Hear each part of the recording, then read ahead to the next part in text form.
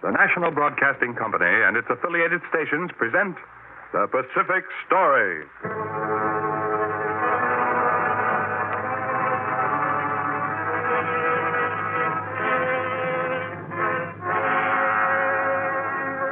In the mounting fury of world conflict, events in the Pacific are taking on ever greater importance.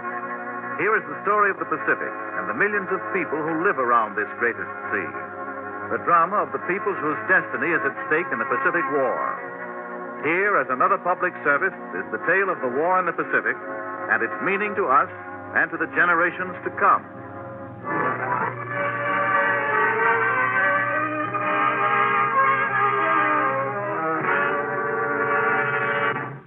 Siberia's people, the secret of her strength.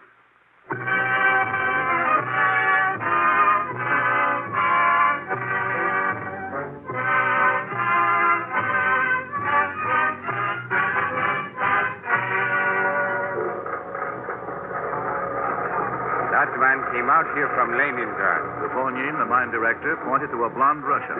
That man down there came from the Ukraine. From the grain fields of the Ukraine, out here to Siberia. That man over there came from the Donetsk base. He came out here to teach these Yakuts how to mine with modern machinery.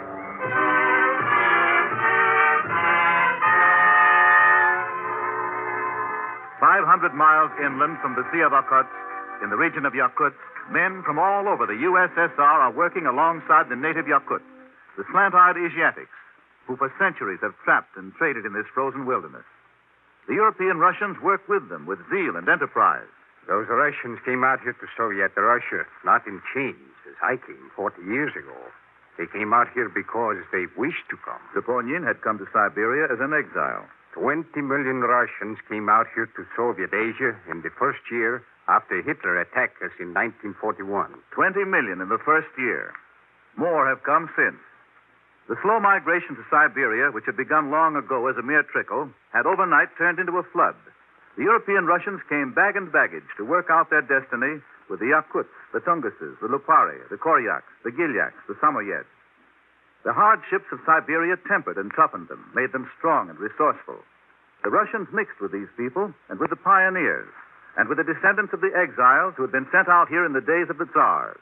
Today, Soviet Asia is humming with activity. But it is not the blast furnaces, nor the mines, nor the aircraft factories, nor the steel mills that make Soviet Asia strong. It is the people. The people. The people made the cities rise out of the wilderness. First came the trappers and the fur merchants. They penetrated across the thousands of miles of Siberian wilderness, even across the Bering Straits down into Alaska. Then came the Cossacks, who were given large parcels of land on the frontiers in return for military service. Then the exiles. Ah, another one. Poor miserable wretch. Come in. Come in. Saponyin was 26 when he was arrested in Moscow in 1905 and locked up in the house of preliminary detention. What are you here for? He did not tell me. He just came to my quarters and took me and brought me here to this cell. What's your name? What's your business? My name is Saponyin. I'm a writer.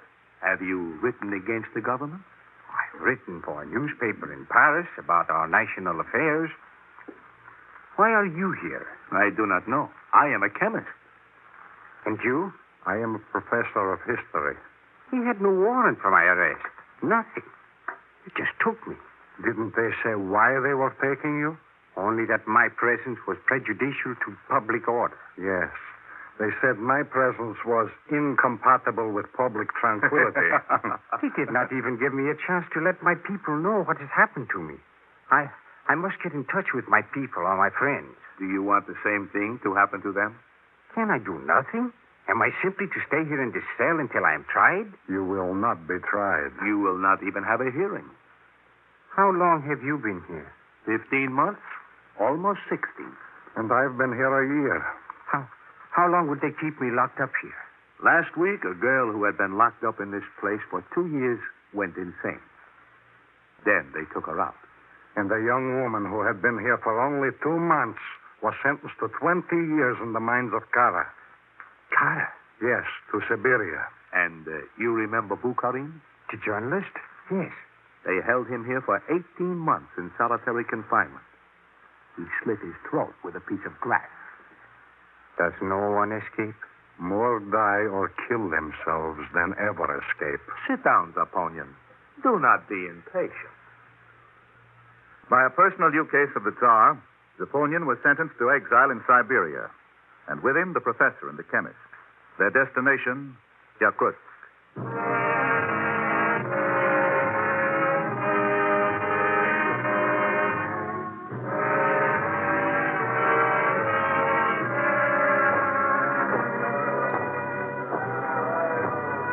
Chained together, the convicts started their long march to Siberia. Among them were physicians and merchants, a nobleman and a bootmaker, an author and 3 students, and a Caucasian princess, 2 government officials, the daughter of the leader of a forbidden society, a lawyer, a geologist, and a baker. Slowly they trudged over the long, long exile road into Siberia.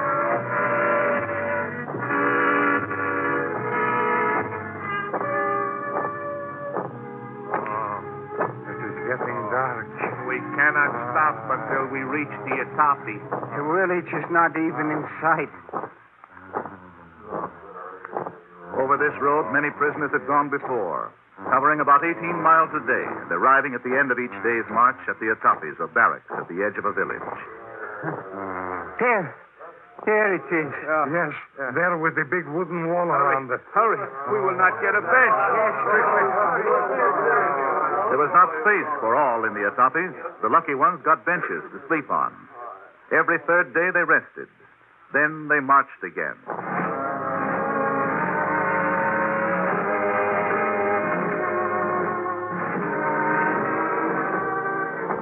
This is Chelyabinsk. There is the railway station that everyone talks about.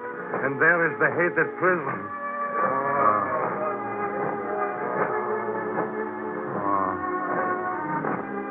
This is Omsk. This is where Dostoevsky, the author, was exiled back in 1850. This is Novosibirsk. We are only halfway to our destination.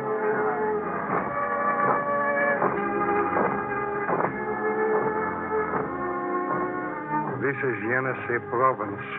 In this province of Shoshenskoy, the brilliant lawyer Vladimir Ilyich Lenin is exiled.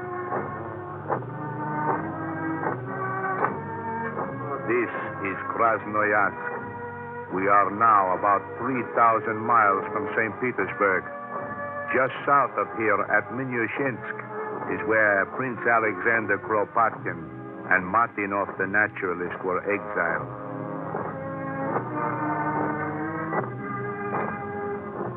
Yakutsk. From here we must go by sledge with dogs or reindeer. Nerchinsk. We are only 1,000 miles from Yakutsk.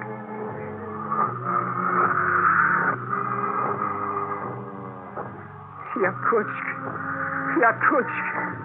We're at the end of our march. This is our place of exile.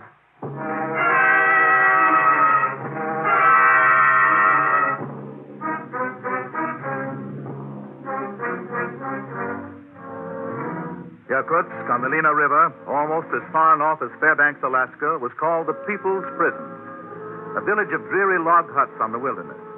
Here, Alexander Pushkin, the great Russian writer, and many other notables had been exiled. Zaponian and the others among the exiles learned the language of the Yakuts and made friends of them. You are not like the police chief. No, we do not believe in the same thing. You dress the same. These are the only clothes we have. The police chief and the officials of the Tsar's government cheat us. They do? We work all season to catch ermine and sable and mink and squirrel and marten. Then the tax collectors come and take all we have and give us cheap calico and poor vodka and worthless glass bottles. How often do they come? 2 and sometimes 3 times a year. Everything we do is for them. Can you help us? Yakutsk was 1,000 miles from a railroad. In the summer, boats moved up the Lena River to the village. And in winter, the frozen river was used as a road.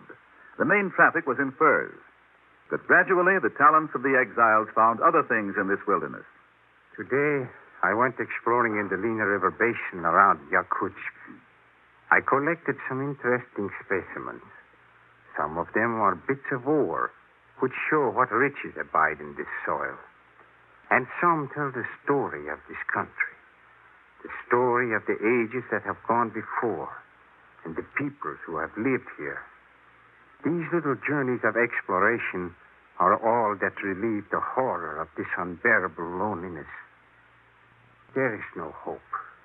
Nothing but the day-to-day struggle to keep alive.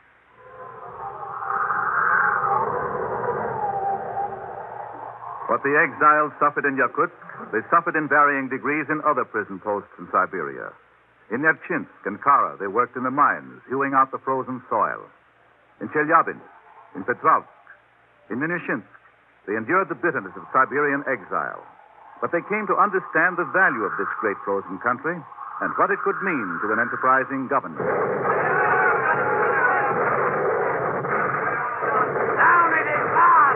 Down with the Romanov! Your national forever! Down with the imperial government!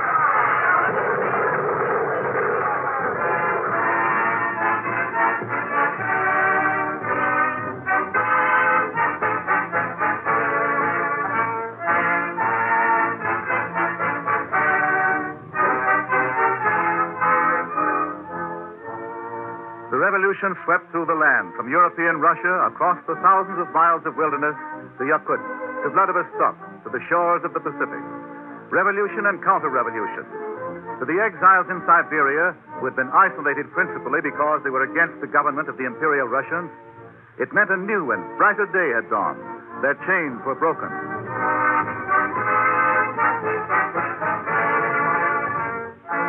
Violent conflict raged in Soviet Asia, one faction against another, and the Soviets against the Japanese, who had landed in the maritime province with some 70,000 men. At last, in the early 20s, the Japanese were gone. The Soviets set about putting their house in order. European Russians started migrating eastward. They are coming by the hundreds of thousands. Now we can develop our industries out here. Our industries, yes, but they must have more farmers. We must develop our industries to make the weapons to defend Soviet Asia. Unless they have enough food, they can have no industry. Each of us is dependent on the other. Siberia is rich in gold and furs and timber. They have other great resources, yet untouched. All these we can lose if we are not able to feed the hundreds of thousands who are coming out here. Along with our industrial development, we must have a great agricultural development. That means that our entire development of Soviet Asia must of necessity be slow. Slow, perhaps, but it must be balanced. Suddenly, the settlement of Soviet Asia became an immediate necessity. The Japanese had created an incident at Wukden and were invading and occupying all Manchuria across the river from Soviet Asia. Soviet Asia must be converted into a fortress to withstand both onslaught and siege. There is everything in Soviet Asia to make it strong. We must develop these resources, build cities, railroads, highways. We must construct military installations, air bases, shipyards. We must raise an army whose sole duty it is to defend the Soviet Far East. And we must, here on these plains, raise the food to feed them. This meant people, more immigrants. It meant farmers. It meant that experienced farmers from the fields of European Russia must be brought out to Soviet Asia. The government will move me and my family out there? So spoke Russian farmers in the Ukraine. Yes. The decree has been issued by Stalin. All those who migrate to Soviet Asia within the next 6 months will be given transportation and housing and supplies. It will be hard starting from the beginning in that new country. The government will do everything to help you. The government is very anxious that you succeed. Yes. And you will not have to give part of your crop to the state for 5 years. And if you are not yet able then to contribute, this will be extended to 10 years. Farmers left their lands in European Russia and headed eastward. The great plains of Soviet Asia were opened up to agriculture. And meantime, industrial cities were springing up out of the wilderness, growing not by accident at a given point, but growing according to plan at the points where they would be of the most value. The people, the enterprising, far-seeing people of Soviet Asia were breaking the ground at 1,000 places. Our research experts found these deposits here at Yakutsk. Saponian, the exile, had become Saponian, the mine director. This is copper we are mining here. And in this basin, we are also mining silver and lead and nickel. Long before the Russian Revolution, the exiles of Yakutsk had known these treasures were in the ground. Now they're being taken out and fashioned into implements and weapons. And there are even greater riches here than we are now mining. This is a state fur farm. I am in charge of it. This Russian came from Europe. This is the headquarters of the trapping collector. I am in charge of it. This Russian also came from Europe. This is the headquarters of the reindeer collective. I am in charge of it. Under the hands of these people, the Siberia of yesterday was transformed. And yet, even they could not dream of what lay ahead.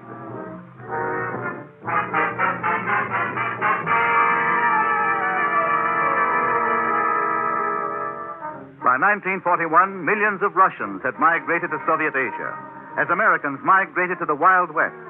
The Russians migrated to their Wild East. Yet, even millions spread out over the vastness of Soviet Asia were not enough. But most important, the pattern had been set. Instead of developing helter-skelter according to the whims and enterprise of individuals, Soviet Asia developed according to a great plan. The plan was to make the Soviet Asia self-supporting and strong.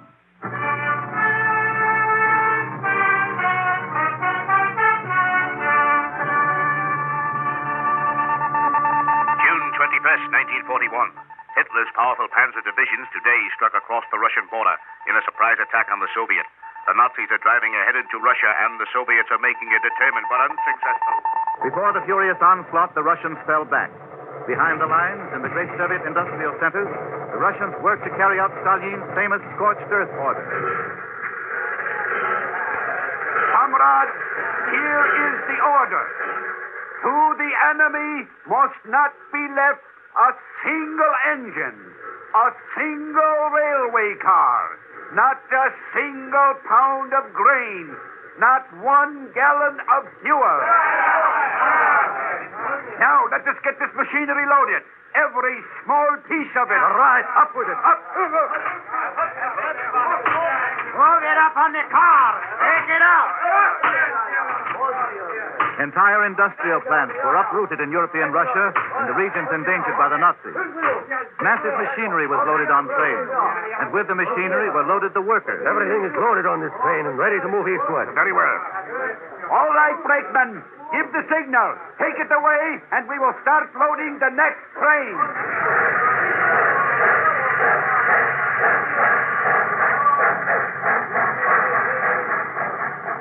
Over the railroads that had been so laboriously laid eastward to the Urals and beyond to the great spaces of Soviet Asia, the trains moved, heavily laden with the transplanted industries.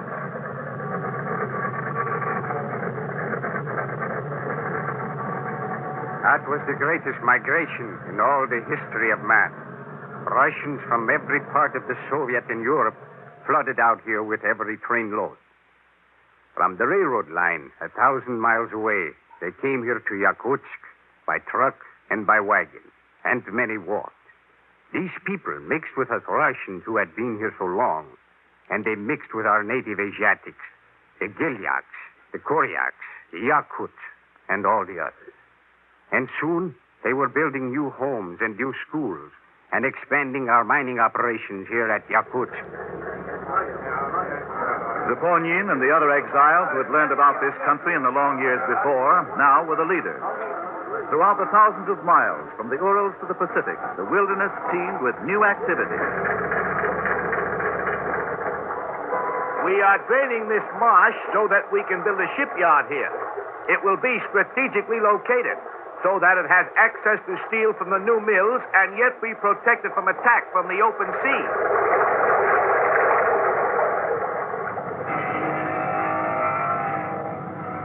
We are cutting a corridor through this forest. Transportation is essential through this region, and we are cutting the way for a railroad and a highway.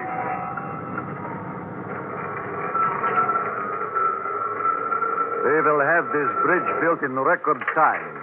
It will link two vital regions and make Soviet Asia stronger, both economically and from a military point of view. The dynamite is placed under the logs and ice, but I do not know if this jam can be blasted out. Because the logs and ice are all frozen together? Yes, it is almost one solid mass. You are new out here in Siberia. Are all the men clear? Yes, they are waiting for the blast. Set it off. Yes, sir.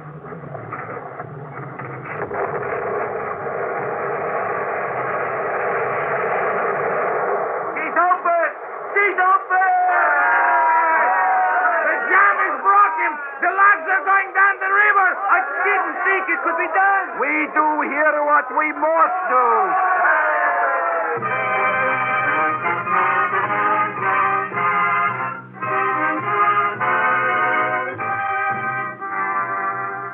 Against the blizzards and the biting cold of the Siberian winter, the millions of Western Russians struggled, hewing a civilization out of the wilderness. In the scorching heat of the summer they worked, fighting fires and mosquitoes, never stopping in their enormous plan of development and construction.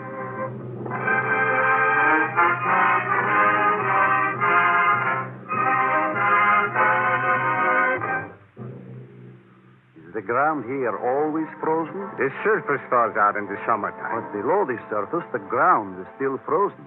There is no drainage, so the water stays on the surface. I hardly notice it. How long have you been out here, Mr. Zaponian? Well, nearly 40 years. 40 years. We have need of young engineers like you out here. I feel so insignificant. It is like having a whole new world to build. Everything is here to work with. But they must do the building. In another generation, Soviet Asia may have a population as large as that of the United States. I can see it coming. I have seen these cities and valleys grow. From these, we will move out into the back country until all of the communities are linked together. That is the job of you younger men. You will be the one. As the millions of European Russian workers and farmers poured into Soviet Asia, the Soviet Western Front blazed, fighting alongside the Russians at Leningrad and Smolensk. Before Stalingrad and Moscow were whole divisions of the men of Soviet Asia. Before the war, I belonged to the Special Red Banner Far Eastern Army. I left Western Russia and joined the Far Eastern Army for duty in Soviet Asia because the pay was higher. When I had finished my service in the Far East, they encouraged me to stay there. If you wish to go into a profession out here, the government will pay you a bonus. But I am a farmer. If you wish to farm out here, the government will subsidize you until you are well established, and then you will be permitted to sell your crops in the open market. Under this arrangement, great numbers of Red Army men from Western Russia settled in Siberia. They worked for the development of Soviet Asia, and periodically they reported for training. Meantime, the tribesmen of Soviet Asia were formed into their own units of the Red Army. I am a Kazakh. There are 3 million of us in the Republic. In the last war, we rebelled against the Tsar when the government tried to force us into labor battalions. Now we have our own Kazakh units in the Red Army, entire divisions, and we fight gladly for Soviet Russia. When the Nazis attacked, these troops were mobilized and rushed to the Western Front. The crack Red Army troops from the Far East, along with units of the Kyrgyz, Yakuts, and Tunguses of Soviet Asia, are among the Russian forces who have stopped the Nazis cold before Moscow. These troops from the great frozen tundra of Siberia have distinguished themselves on the Western Front and are now playing the important part of the... Meantime, back in the frontier country that had become their home, boom towns were rising. Yes, Magnitogorsk is now a great city. I remember when it was only a village. Today, our blast furnaces burn out thousands of tons of metal each day. The population of Magnitogorsk now runs into the hundreds of thousands. And where the icy wind whistled over the solitude of the lonely village, now there is the sound of modern locomotives. This is Sverdlovsk, the most important railroad center in this region. We call it the Soviet Chicago.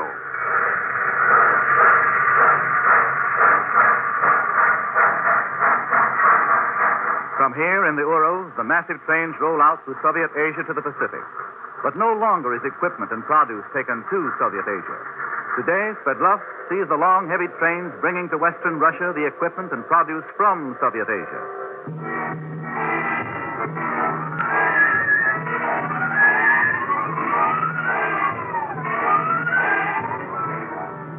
behind all this fabulous development are the people.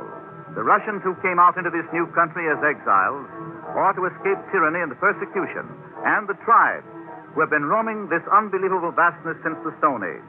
The people are harnessing Siberia's resources.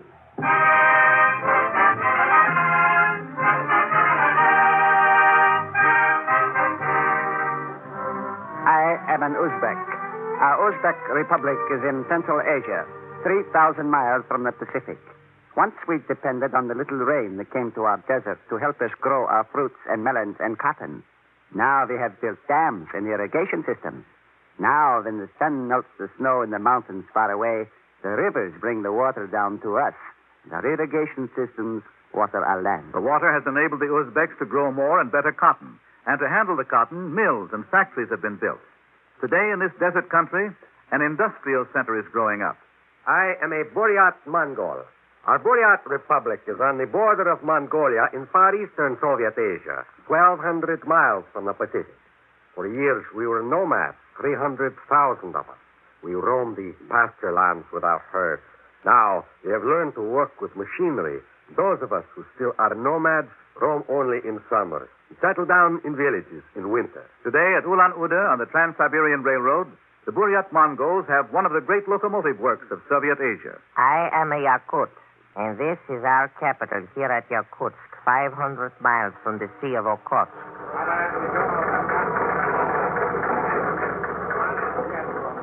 I learned all I know of mining from that light-haired Russian down there. In the mine, the blonde-haired Russian from the Donetsk station directs the operation. Under the direction of experts like that man from the Donetsk basin, great numbers of the Yakuts have gone into the mine. And great numbers of them have learned the Russian language, as we have learned their language. That has been one of the most amazing things out here, Mr. Zaponin. We learned their language, which is related to the Turkish family of languages, in order to learn to live with them when we came out here so many years ago. And they learned Russian, not only to get along with us, but so that they could speak with the people of the other tribes, like the Gilyaks and the Samoyeds and the Tunguses. I noticed that even the Yakut children speak Russian. Russian is taught in the schools along with Yakut. And our newspapers are printed in both Yakut and Russian. And to encourage learning and culture, we have here in Yakutsk a library of 550,000 books. How different this must be from the place you came to 40 years ago. Yes, it is different. We have here in this outpost of Yakutsk just about everything that every modern city has. Hospitals, a fire department, a radio station, museums, schools. But these are only the outward things. The things you see. What is behind them, that is what is important. And that is the people and their determination to be safe and strong.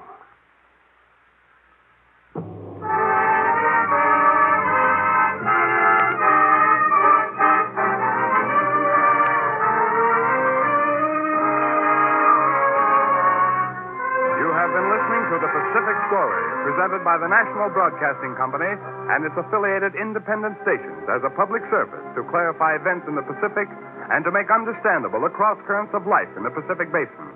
For a reprint of this Pacific Story program, send 10 cents in stamps or coin to University of California Press, Berkeley, California. To repeat, for a reprint of this Pacific Story program, send 10 cents in stamps or coin to University of California Press, Berkeley, California.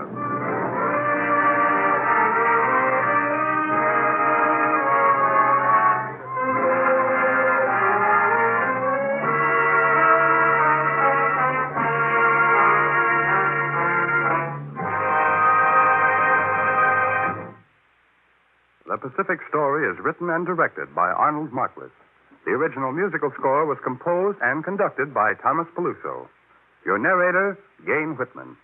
This program came to you from Hollywood. This is the National Broadcasting Company.